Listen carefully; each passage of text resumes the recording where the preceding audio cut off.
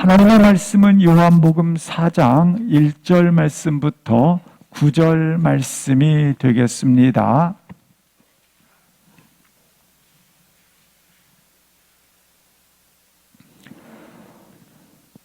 하나님의 말씀은 요한복음 4장 1절 말씀부터 9절 말씀이 되겠습니다.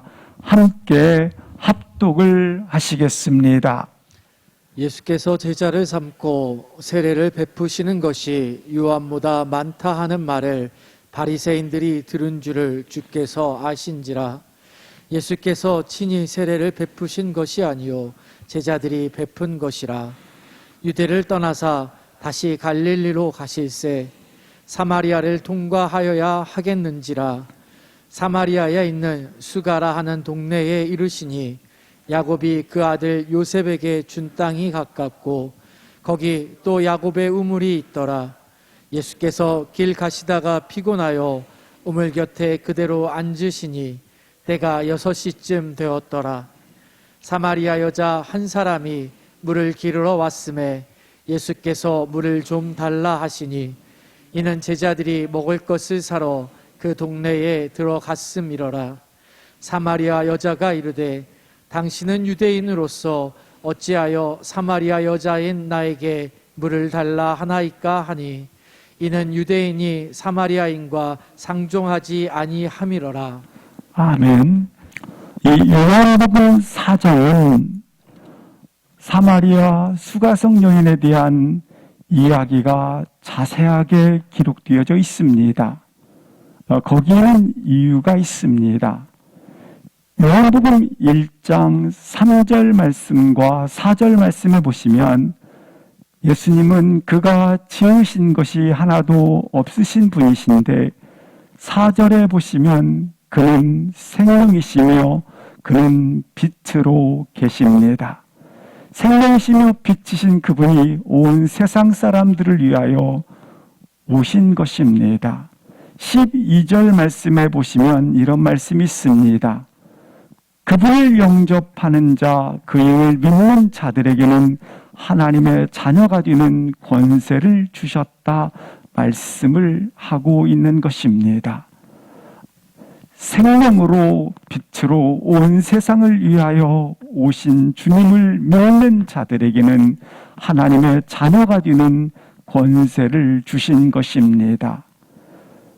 이와 같은 실제적인 사건, 실제적인 축복이 사마리아 여인을 통해서 증거되었다, 실제로 일어났다라는 것을 보여주고 있다고 하는 것입니다. 오늘 본문을 통해서 예수님은 누구신가, 그리고 예수님이 우리 가운데 어떻게 역사하시고 이 사마리아 수가성 여인이 어떻게 진리이신 주님을 만났는지를 소개하고 있는 본문이 된다고 하는 것입니다. 먼저 요한복음 3장은 니고데모가 밤에 죽게 찾아온 사건이 있었습니다. 니고데모는 이스라엘 선생으로서 존경받는 자였습니다. 그는 부자였고 유대인의 관원이라고 소개할 만큼 그는 지도자의 리더십을 가지고 있었던 자입니다. 뿐만 아니라 그런 율법을 지키는 자로서 도덕의 수준이 뛰어난 자였습니다. 그런 그에게 주님께서 하신 말씀이 있습니다. 니고데모야, 내가 거듭나야 하리라. 니고데모는 말하기를 내가 어머니 뱃속에 다시 태어나 들어가 어떻게 다시 태어난단 말입니까? 이처럼 영적으로 캄캄한, 영적으로 어두운 상태에 있는 니고데모를 볼 수 있습니다. 3장에 이어서 4장에서는 바로 사마리아 수가성 여인에 대한 말씀이 기록되어 있습니다. 예수님께서 내가 주는 물을 먹는 자들은 영원히 목마르지 아니하리라 할 때에 이 수가성 여인이 답하기를 당신이 야곱보다 큰 자입니까? 이 사마리아 수가성 여인 또한 영적으로 캄캄한 어두운 상태에 있었음을 볼 수 있다고 하는 것입니다. 이처럼 공통점이 있습니다. 3장과 4장에 니고데모나 그리고 사마리아 수가성 여인이나 영적으로 어두운 상태에 있었다고 하는 것입니다. 둘 다 공통점이 있는 이들을 왜 본문 속에 3장 이어서 4장에 붙여 구성을 했는가? 문장을 붙여서 왜 구성을 했는가? 그것은 구원에 대한 설명을 위해서라고 하는 것입니다. 구원에 대한 분명한 설명을 보여주기 위해서 이처럼 글의 구성을 3장과 4장에 이어서 붙여서 기록을 하였다고 하는 것입니다. 니고데모는 주님께 찾아왔습니다. 그래서 그는 구원을 찾기 위해서 더듬었고 논리적으로 설명하기 위해서 그는 이해를 하기 위해서 찾고 찾았습니다. 논리적으로 정리하여 구원이 얻어지는 것이 결코 아닌 것을 볼 수 있습니다. 바람이 임으로 불매 어디서 와서 어디로 가는 것을 모르는 것처럼 바로 구원이라고 하는 것은 그와 같다 설명을 하고 있는 것입니다. 그에 비해서 수가성 여인에 대해서 주님이 찾아오셔서 너에게 영생의 샘물을 주리라 선물로 주신 것입니다. 그래서 둘과의 비교를 통해서 구원이 어떻게 이루어지고 구원의 과정이 어떤지를 보여주고 있다고 하는 것입니다. 이처럼 구원은 하나님이 시작하셔서 하나님이 이루시는 것이 구원이라고 하는 것입니다. 우리의 구원받음 또한 이와 같습니다. 하나님이 나에게 구원을 시작하셨고 나에게 구원을 이루신 분이라고 하는 것입니다. 이처럼 수가성 여인이 영적으로 캄캄한 구원을 위해서 준비하거나 구원을 위해서 자격이 있거나 조건이 있어서 구원이 이루어진 것이 아니라고 하는 것입니다. 찾아오신 주님이 너에게 구원이 있다, 구원이 임하였느니라 이렇게 그에게 영접되어지는 축복을 주셨다고 하는 것입니다.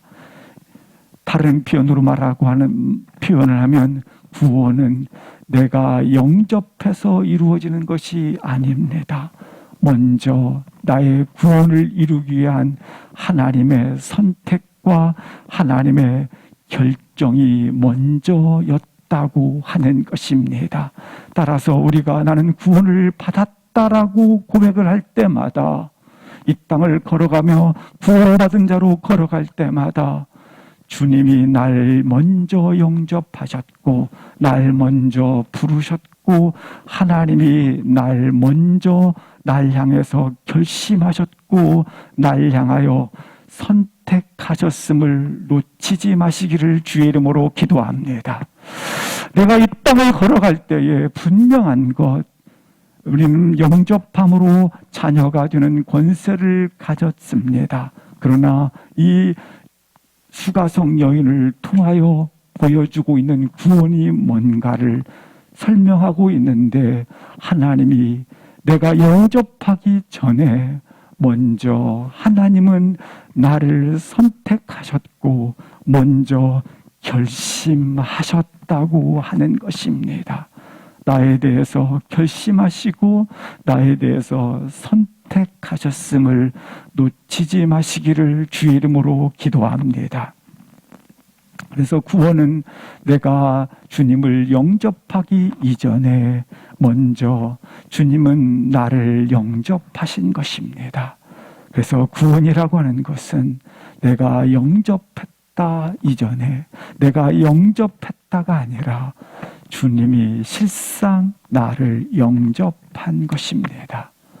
주 예수 내가 알기 전 날 먼저 사랑하셨고, 내가 주님을 부르기 전 주님이 날 먼저 부르셨고, 내가 주님을 찾기 전 주님이 날 먼저 찾으셨고, 내가 주를 사랑하기 전 주님이 날 먼저 사랑하신 것이다 라고 하는 것입니다.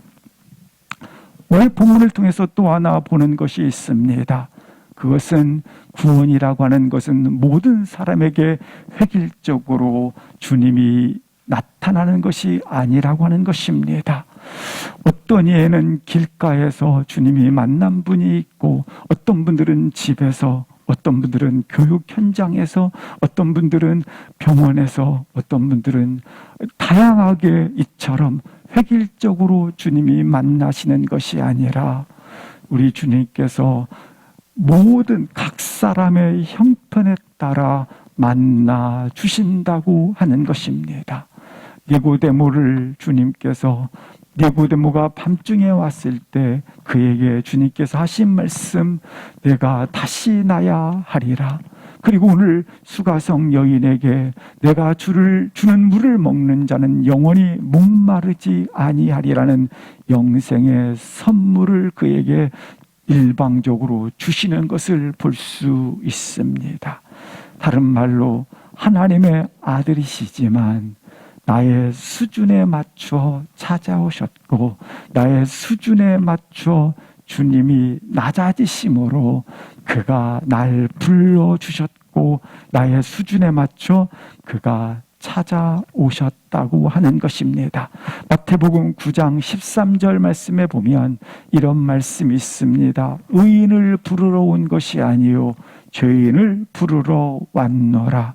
마가복음 10장 45절에 보면 많은 사람의 대속물로 주려 함이라. 많은 사람들은 내가 인기 있는 곳으로, 그리고 많은 사람들은 섬김 받는 곳으로 가고자 합니다. 나를 인정해 주는 곳으로 가고 싶어 합니다. 그러나 우리 주님은 인정해 주기 위해서 가시고 섬기기 위해서 가셨다고 하는 것입니다. 누가복음 19장 10절 말씀해 보시면 이런 말씀이 있습니다. 잃어버린 자를 찾아가셨다고 말씀하고 있습니다. 여기 잃어버린 자는 아무도 나를 기억해 주지 아니하므로 인생이 피폐해져 있었다고 하는 겁니다. 주님은 인생이 피폐해진 그런 자를 찾아가셨다고 하는 겁니다. 다른 표현으로 말하면 주님이 찾아가시는 분들은 획일적이지 아니하고, 어떤 분들은 잃어버린 자, 어떤 분들은 죄인, 어떤 분들은 이러한 모양이 있을 때 우리 주님이 찾아가셨다고 하는 것입니다. 요한복음 10장 10절 말씀해 보시면 이런 말씀이 있습니다. 찾아가셔서 양으로 생명을 얻게 하되 더 풍성히 얻게 하기 위하여 자신의 십자가를 통하여 자신의 생명, 자신의 빛을 쏟아 부으셨다고 하는 것입니다. 깨진 인생, 여기 멸망, 도둑질에 죽을 수밖에 없는 인생, 그리고 피폐된 인생, 깨어진 인생, 부도난 인생, 정서적으로 우리 가운데 깨짐으로 말미암아 정서가 흔들리는 인생, 그런 인생에게 찾아가셔서 그 생명을 쏟으신 것입니다. 그 빛을 쏟으신 것입니다. 뭐하게 하기 위해서? 더 풍성하게 얻게 하기 위해서. 따라서 우리 주님은 나의 수준, 나의 위치 때문에 찾아간 것이 아니라 우리의 영혼 때문에 찾아가심을 볼 수 있습니다. 사랑하는 성도 여러분, 나의 위치, 나의 수준 때문에 날 찾은 것이 아닙니다. 나의 영혼 때문에 주님이 찾으셨다는 사실을 본문을 통해서 볼 수 있는 것입니다. 그렇게 주님은 획일적으로 찾아온 것이 아니라 이처럼 각 사람의 형편에 따라 자신을 낮추시고, 그리고 섬기시기 위하여 뿐만 아니라 친구가 되어주시고 위로자가 되어주심으로 찾아오셨다고 하는 것입니다. 먼저 본문 4장 1절부터 3절 말씀해 보시면 바리새인들이 들은 줄을 주께서 아신지라. 2절 말씀해 보시면 제자들이 세례를 베풀었더라. 3절 말씀을 합독을 하시겠습니다. 시작. 유대를 떠나사 다시 갈릴리로 가실새 주님은 유대를 떠나서 다시 갈릴리로 가셨다고 말씀을 합니다. 왜 유대를 떠나시는가? 그 배경이 있습니다. 1절 말씀을 보시겠습니다. 1절 말씀에 보시면 이런 말씀이 있습니다.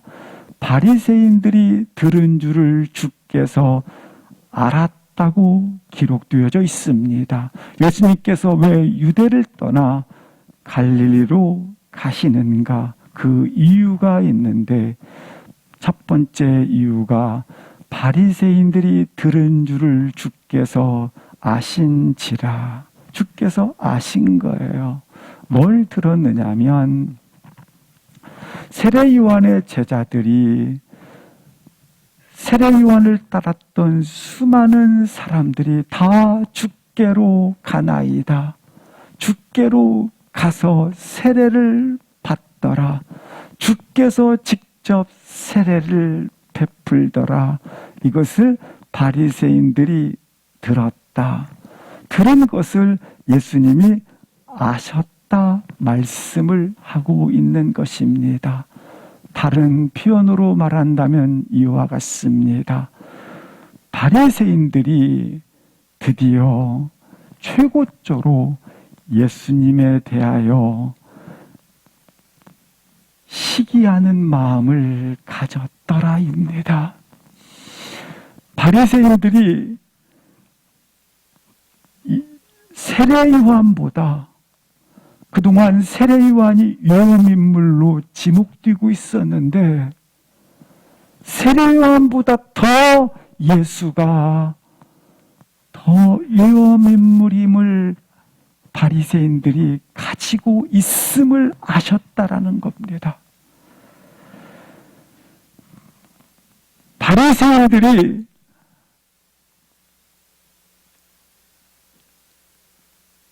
세례 요한이 야, 지금 세례 받으러 예수님께 다 가. 그러면 세례 요한이 그 시기심, 비교의식 때문에 마음에 분쟁과 그리고 다툼과 깨어짐이 있을 것이다. 그렇게 바리새인들이 지금 비교의식 때문에 세례 요한이 시기심을 가질 것이다. 그렇게 생각하고 있는 것을 누가 아셨다? 예수께서 아셨더라라는 거예요. 그렇게 바리새인들이 생각을 하는 거예요, 지금. 바리새인들이 벌써부터 나를 경계하고 있구나. 점점 적대 감정을 가지고 있음을 예수님께서 아셨다라는 거예요. 그런데 2절 보시겠습니다. 그것은 분명하게 말씀하고 있습니다. 예수님은 직접 세례를 베푼 적이 없습니다. 제자들이 베풀었을 뿐입니다. 잘못된 것을 바리새인들이 듣고 그렇게 생각을 하더라는 거예요. 이걸 알았다라는 거예요. 사탄의 전략 가운데 하나가 있습니다. 그 전략은 하나님의 나라를 방해하기 위하여 반드시 비교의식을 갖게 하는 겁니다. 그래서 시기심을 일으키고 분쟁을 하게 하고 우리 마음속에 미움과 다툼을 일으키게 하는 것입니다. 근데 거기에는 반드시 뭐가 있느냐면 비교하는 것입니다. 경쟁시키고 시기심을 일으키는 것이 사탄의 전략 가운데 하나인 겁니다. 사람들이 가지고 있는 가장 약점이 하나 있습니다. 숫자에 약하다고 하는 겁니다. 야, 저 사람은 많은 사람을 동원하는 능력이 있어. 그거 듣는 순간 마음에 미묘하게 시기심이 일어납니다. 저 사람은 많은 물질을 모으는데 탁월해. 자, 저 사람은 다 가졌어. 이 숫자에 사람들이 약합니다. 저 사람은 인기가 많어. 저 사람은. 오늘 그런데 예수님께서 그러한 유대 땅을 떠나기로 결정을 하고 있는 것을 볼 수 있습니다. 유대 땅을 떠났다고 표현을 하고 있는 것입니다. 3절 말씀을 보시겠습니다. 거기 보면 유대를 떠나서, 여기 떠났다고 하는 것은 유대에서 어떤 다른 지역으로 이동해야지라고 하는 그런 단순한 것이 아닙니다. 여기서는 마음으로 결정했다, 의지를 가졌다, 확고한 결심을 했다라는 겁니다. 확고한 결심을 가진 채 그가 갈릴리로 가고자 했다라고 기록하고 있는 것입니다. 왜일까요? 유대가 복음을 듣지 않는 것입니다. 바울 사도도 복음을 유대인들이 이스라엘 자기 민족이 듣지 않자 그 복음이 이방으로 흘러 들어가 역사가 일어나고 복음의 능력들이 나타나지 아니하겠습니까? 그렇습니다. 복음이 전해졌을 때 듣지 아니하면 떠나는 것입니다. 그래서 실상 복음은 유대인들만의 것이 아닙니다. 유대민족만의 것이 아닙니다. 유대 땅에만 있는 것이 아닙니다. 주님께서도 말씀하신 것처럼 이 복음은 사마리아와 유대와 땅끝까지 이르러 나아가는 것이 복음이기 때문에 그렇습니다. 4절 말씀을 보시겠습니다. 이 유대 땅에서 갈릴리로 가고자 하셨는데 반드시 거쳐야 될 길이 있습니다. 사마리아 땅이 되겠습니다. 근데 이 갈릴리로 가기 위해서는 3가지 길이 있는데 첫 번째는 요단 강을 건너 자꾸 돌아가는 먼 길이 있습니다. 2번째 길이 있는데 그것은 지중해 연안을 따라 올라가는 길입니다.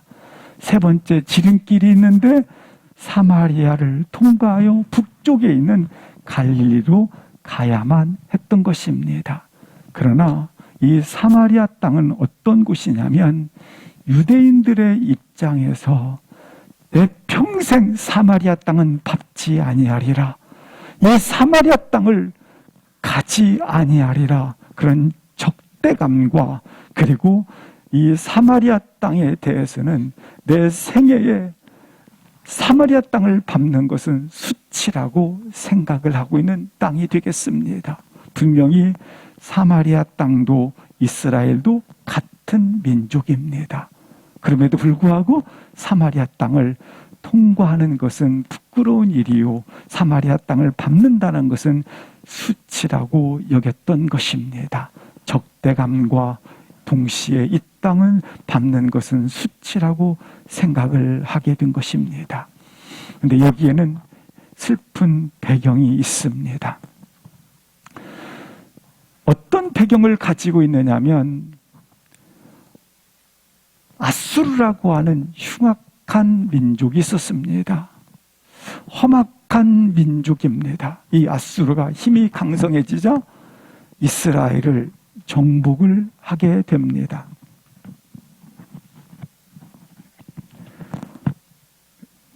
이스라엘을 정복을 하게 됩니다.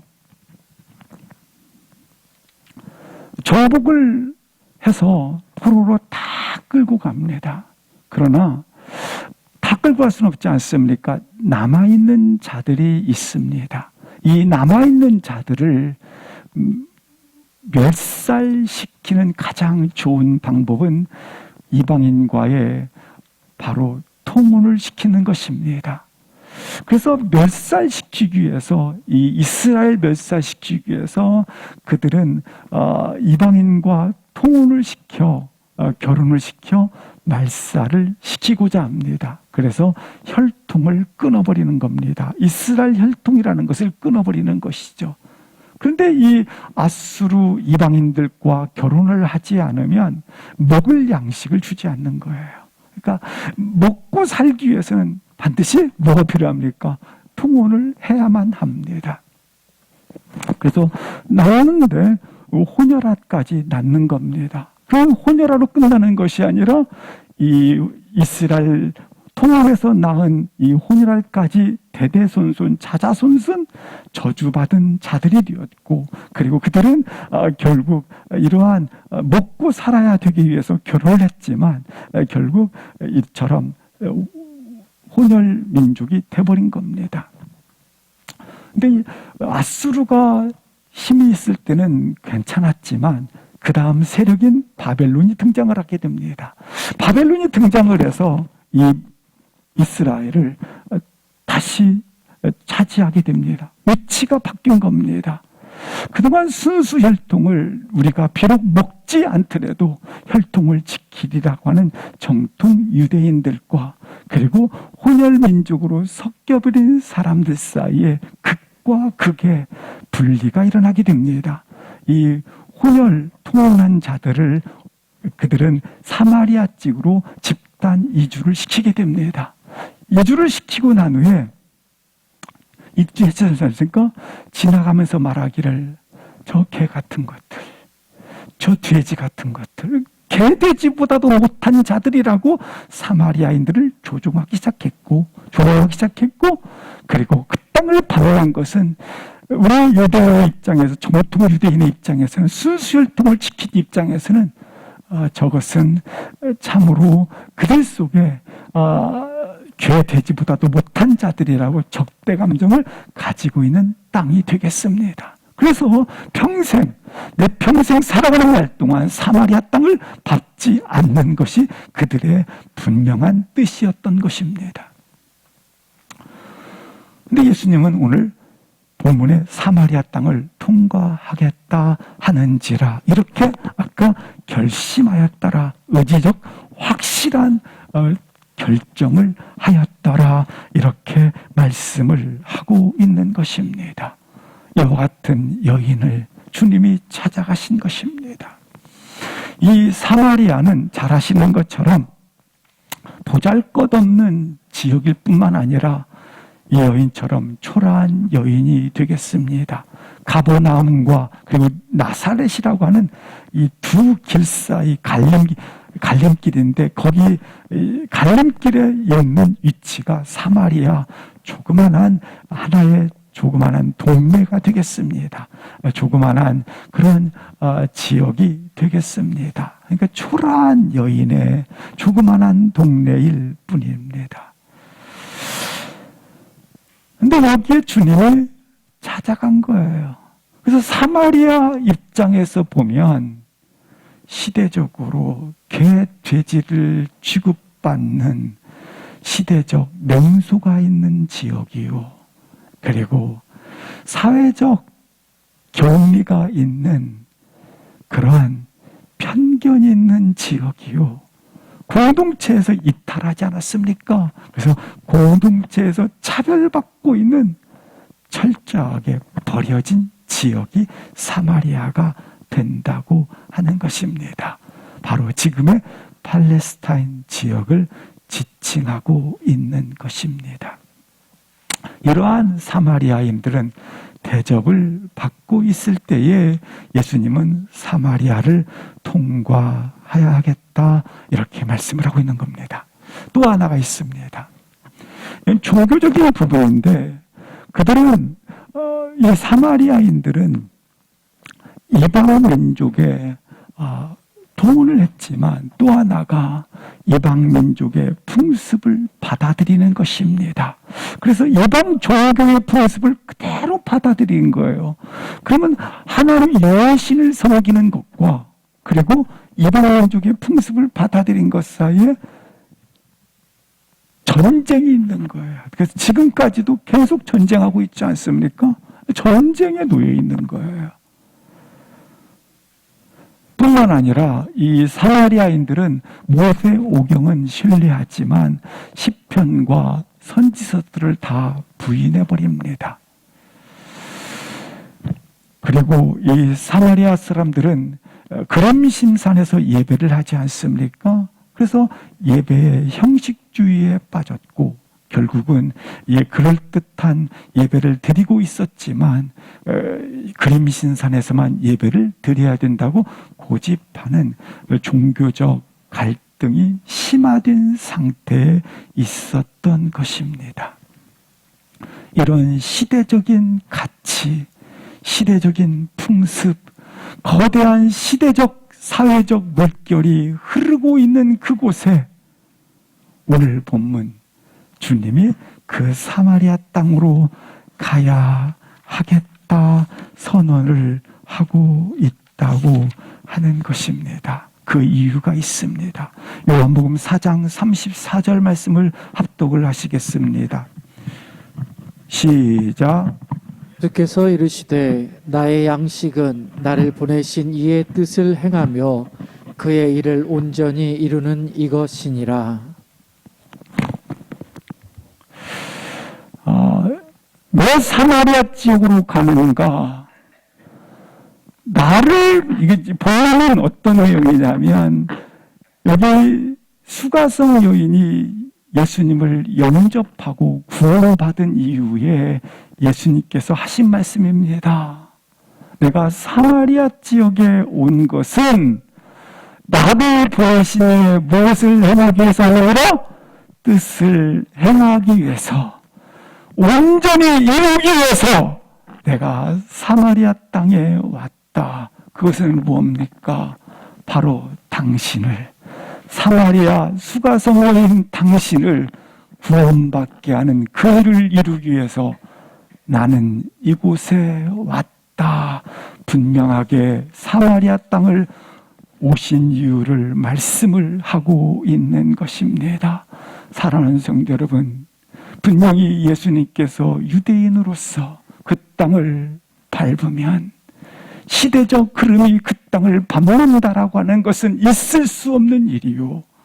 사회적 편견과 공동체적인 차별과 그리고 그곳에 가면 거대한 시대적 흐름이 있는 그곳에 인정받지도 못하고 누구로부터 다 잘했다, 거부될 수밖에 없는, 아니 어찌 보면 시대의 거대한 물결이, 풍습이, 시대의 흐름이 다 그렇게 하고 있는데 하나님의 보내신 뜻, 하나님의 일을 이루기 위하여 서 있는 것, 그것은 모든 사람들이 다 그렇게 하고 있는데, 모든 사람들이 다 그렇게 흐르고 있는데 너희는 이 세대를 본받지 말고 온전히 하나님의 뜻이 무엇인지 분별하여 다시 서 있기를 주의 이름으로 기도합니다. 다시 한번 일어나서 사마리아 땅을 밟을 수 있기를 주의 이름으로 기도합니다. 이 시대가 아무리 그같이 흐른다 할지라도 분명히 시대로부터 따라가지 못하기 때문에 능수 받을 겁니다. 공동체로부터 이탈되어진 것처럼 보이기 때문에 공동체로부터 오는 차별을 받을 것입니다. 또한 사회적 이와 같이 풍습에 따라가지 못하기 때문에 거대한 몸으로 던져지는, 자신의 몸을 찢기는 고통이 있을 것입니다. 그럼에도 불구하고 나를 보내신 이의 뜻을 행하며 그 일을 온전히 이루기 위하여 사마리아 땅을 가기로 결정을 하신 것입니다. 이 본문은 단순한 기록이 이상입니다. 그리로 가면 편견에 사로잡힐 것이고, 그리로 가면 차가운 냉소를 받을 것이고, 시대의 흐름을 따르지 못하기 때문에 차별을 받을 것입니다.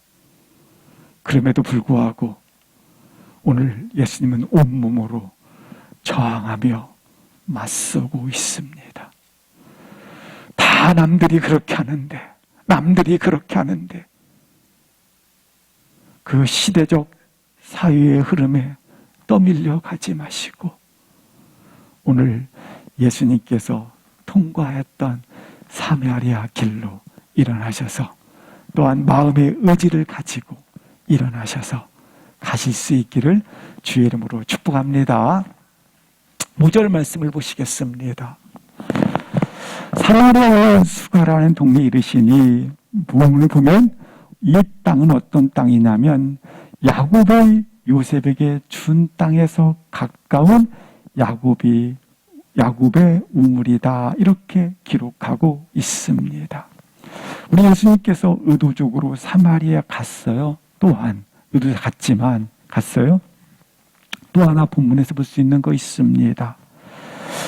유대 땅을 떠난 자는 전날입니다. 그리고 저녁에 도착을 해요. 그 다음날 도착을 한 거예요. 근데 어디를 가냐면 하룻길을 걸어서 사막길을 걸어 오셨다고 하는 것입니다. 도착을 하였다고 하는 겁니다. 다른 말로 말하면 오늘 보면 뭘 설명하는 것이다? 구원의 과정을 설명한다고 말씀하지 않았습니까?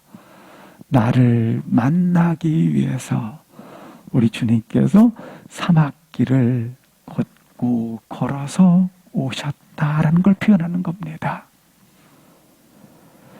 의도적으로 사마리아에 오셨지만 또 하나 본문에서 볼 수 있는 것이 있습니다. 야곱이 요셉에게 준 땅에서 가까운 야곱의 우물이라고 소개를 하고 있습니다. 따라서 이 지금 수가성 여인이 마시는 물은 야곱의 우물이니까 야곱부터 지금 수가성 여인까지 몇 년의 시간이 지났습니까? 2000년의 시간이 지났습니다. 우리 주님이 날 만나기 위해서 이처럼 사막길을 걷고 걸어서 오셨을 뿐만 아니라 2000년 동안 계속 걸어 오셨다고 하는 겁니다. 오늘 본문에서 또 하나 야곱의 우물이라고 소개를 하고 있습니다. 우물하면 구약의 중요한 하나의 표적이 있습니다. 어떤 표적입니까? 우물은 아브라함이 그의 종이었던 아비멜렉에게 명을 합니다. 이삭의 아내를 추천해 달라. 그러자 아비멜렉이 리브가를 만났는데 만난 곳이 어디입니까? 이삭의 아내 리브가를 우물에서 만났습니다. 이삭의 아들 누굽니까? 야곱이 있지 않습니까? 야곱이 그 아내를 만났는데 어디에서 라헬을 만납니까? 우물에서 만났습니다. 우물에서 만났을 뿐만 아니라 모세가 삽비라 아내를 만났는데 어디서 만납니까? 우물에서 만납니다. 이들을 보십시오. 아브라함, 이삭, 야곱, 요셉, 모세, 무엇을 얘기합니까? 구약에서는 분명히 구약 말씀은 뭘 이야기를 하는 겁니까? 메시아가 오시리라는 걸 얘기하고 있지 않습니까? 이 우물 사건을 통해서 보여주는 게 뭐냐면 메시아가 이렇게 오리라는 겁니다. 다른 말로 말하면 믿음의 조상들인 예시에서 누가 오리라? 예수 그리스도가 오시라는 것을 예표하는 것처럼 약속에 따라서 주님이 오셨다라는 겁니다. 누구에게? 날 만나기 위해서 말입니다. 오늘 주님이 날 만나기 위해서 길을 걸으셔서 2000년 동안 그 약속의 말씀을 따라서 오셨다. 다시 돌아온 6절을 보시면 이렇게 말씀하고 있습니다. 우물에 도착했을 때 그대로 앉으셨다 표현하고 있습니다. 여기 앉으셨다라는 말씀은 무슨 말씀이냐면 이런 표현입니다. 조용히 앉았다, 그냥 살며시 앉았다, 사뿐히 앉았다가 아니라 덜썩 앉으셨다라는 거예요. 다른 말로 말하면 드디어 만났다, 드디어 찾았다, 드디어 불렀다라는 거예요.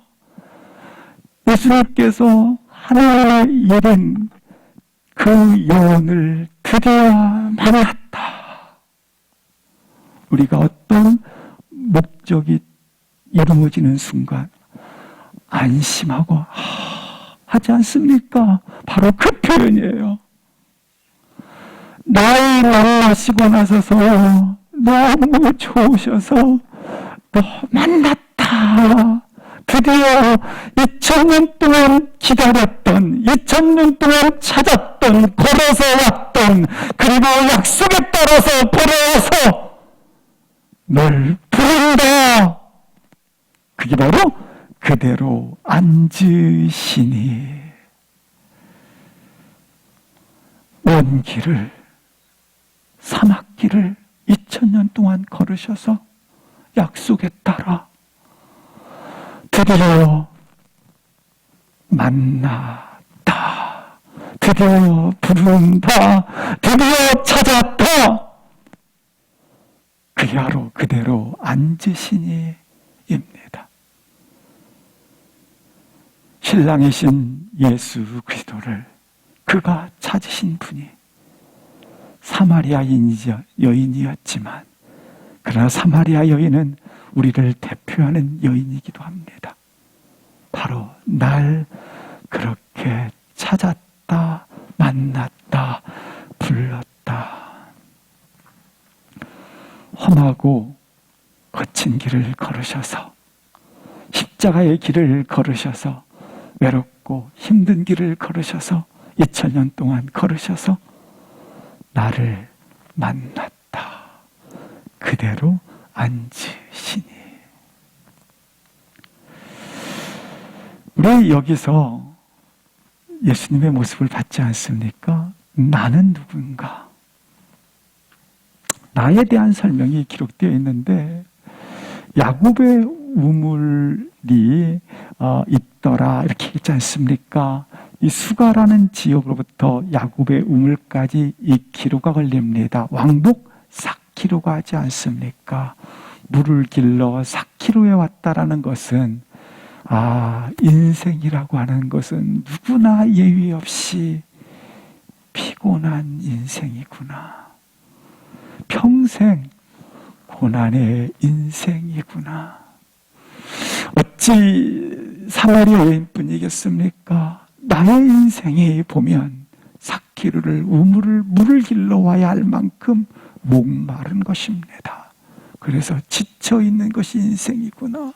목마른 갈증을, 인생 속에 뭔가 채워지지 않음을 인해서 오는 그 갈증의 인생이구나. 남편 5이었으나 지금 남편도 내 남편이 아닙니다. 허전함. 이 허전함을 채울 길은 없는 것입니다. 그래서 여기 사마리아 이 여인은 피곤한 인생이요, 목마른 인생이요, 허전한 인생, 그것을 대표하는 나입니다. 이 여인의 진정한 목마름을 채울 길은 없는 것입니다. 어디에도. 이 실상을 보면 바로 나요, 우리요, 우리 아니겠습니까? 이사야 41장에서는 이 목마른 인생에 대해서 이렇게 표현합니다. 마음이 상한 자를 마음이 상한 자입니다. 가난한 자입니다. 오래 갇힌 자요, 포로된 자요, 정서적으로 깨어져 있는 상처 입은 자요. 그런 자라는 겁니다. 그런데 주님이 이런 자에 대해서 마음이 가득 있었다. 그 마음에 있었음을 보게 됩니다. 그리고 만나 주신 것입니다. 요한계시록 3장 20절 말씀을 보시면 이렇게 말씀하고 있습니다. 그가 문 밖에 서서 문을 두드리노니 문을 열면 들어가 먹고 마시리라. 교만한 마음을 내버리고 그를 활짝 열고 구주로 영접하는 것입니다. 날마다 날마다 예수님을 마음속으로 받아들이는 지혜 있는 행동을 할 수 있기를 주의 이름으로